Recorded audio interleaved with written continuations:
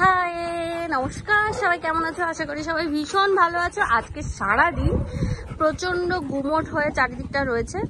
আর খুব বৃষ্টি, মানে বৃষ্টি ভাব হচ্ছে। বৃষ্টি ভাব মানে মেঘ করেছে, কিন্তু বৃষ্টির কোনো দেখা নেই। সন্ধ্যের পর থেকে একটু হাওয়া দিয়েছে। তো আমি গেছিলাম বিয়ে বাড়ি, আমার বাপের বাড়ি ছিল। আমার একটা কাকাতো বোনের বিয়ে।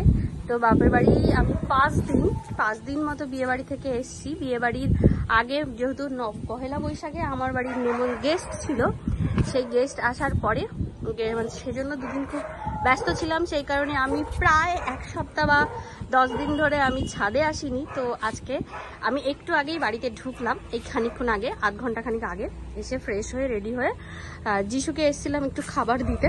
তারপরে ভাবলাম চলো আমার ছাদের গাছগুলোর সাথে একটু দেখা করে আসি। কারণ আমার ছাদে হয়েছে কাঠবিড়ালি আমার ছাদের সব গাছগুলো, যেগুলো কচি কচি শাক হচ্ছে বা চারা বেরোচ্ছে, সেগুলো সব নষ্ট করে দিচ্ছে।